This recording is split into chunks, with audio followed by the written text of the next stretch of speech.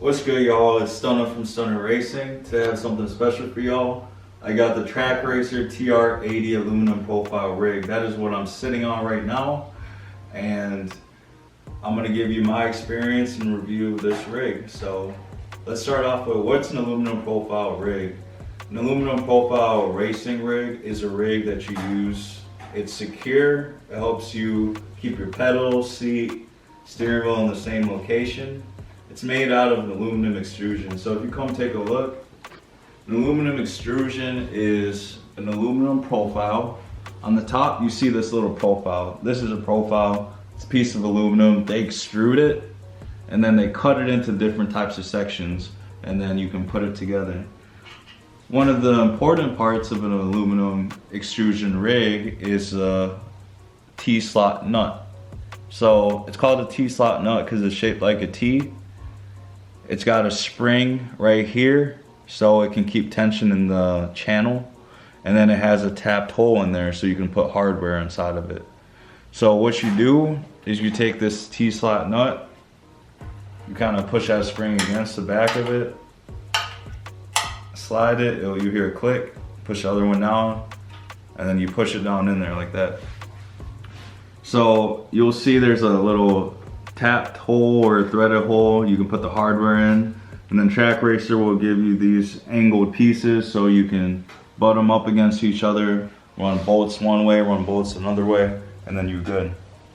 So here's a nice exposed look right here. You can see they have caps so you can cover them so it's not exposed, which is actually really nice. I really like that. That's a nice touch. They got these little TR logos on them. Just a piece of plastic to cover it up, make it look nice. So, how long did this rig take me to build? It took me 8 hours to build, and I really thought it was gonna take me 2 or 3 hours. I was dead wrong. The instruction manuals from Trak Racer are decent at best. So they show you the bare basic how to assemble this thing, but they don't tell you how to get this to work for your body proportions. So I'm 6'1". Being 6'1", I don't think a lot of people are that tall. So I had to, for example, if I'm setting up this wheel, Trak Racer says, okay, just put this on this rail. They don't tell you anywhere where to put it. They just give you a reference picture. It would be really nice, but I went out of my way. It took an additional 3 or 4 hours to figure out where I should mount this wheel. So for example, I found out the best position to put a wheel is you want to take your arm, lay it down flat, relax on the wheel, and that's basically your position. You don't want to be up here, you don't want to be all the way back here. And same thing with pedals. So you don't want your leg to be dead straight. You don't want it to be cramped up like this. You just want it to be nice, relaxed, laying down. So this was the best position for me. It took me 3 to 4 hours to get that. Reference information would have been real nice in the manual, but that's one of my minor complaints about it. So if you come take a look, the seat was the next thing that I really liked. The seat's really comfy. They have these little slotted holes where you can move the seat up, down, or you can tilt it. I like mine tilted back because that's how I drive my real car. Super comfy. It's made out of fiberglass. Fiberglass is really strong. It has this nice cloth material. Got a logo on the back. Super light. It's a very light seat. Comfy. Comfy. If you take a look at the back of the rig, you'll see I have this thing called a butt kicker. So on the very bottom, I mounted this butt kicker. What a butt kicker is, it's a subwoofer. So it plays the low frequency sounds in the game. So for example, if you were to drive over a rumble strip or you were making a shift, that is a low frequency noise. It's a bass sound. So this whole thing vibrates and it goes through the rig. Now I did have to buy an additional mounting piece here. This was like 50 bucks just to mount it to the rig. Trak Racer didn't plan this out, I think. I think that was additional. really you want this thing to mount to the fiberglass seat, because you don't want the vibrations to go through the rig and have it be vibrating. You want it to go through the chair, it'll vibrate your bone, and then you will feel it, okay, I'm going through a rumble strip.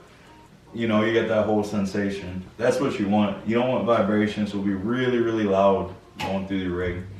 So one of the modifications I'm gonna make is I'm gonna drill a hole in the seat. When drilling fiberglass, make sure you wear a mask. You don't want to be breathing it in. You want to have a shop vac to vacuum all that debris. Fiberglass is really, really bad for your lungs. So make sure you do your proper due diligence and do some research before you drill into fiberglass. So the next thing I was looking at were the pedal mounts. So this was the top thing I was looking at before I purchased this rig. So Trak Racer makes this, I believe it's a 1/4-inch piece of steel that you can mount the pedals directly to, or you can mount a pedal base plate. So this is a Huizenfeld pedal base plate. So with this piece of steel, I didn't want it to flex. 1/4 inch that's some pretty heavy duty stuff. So I have my pedals set really, really stiff, and I'm running a 35 to 50 kilogram brake pressure force. And you can see the piece of steel on the bottom does flex. If it does flex, it's minuscule.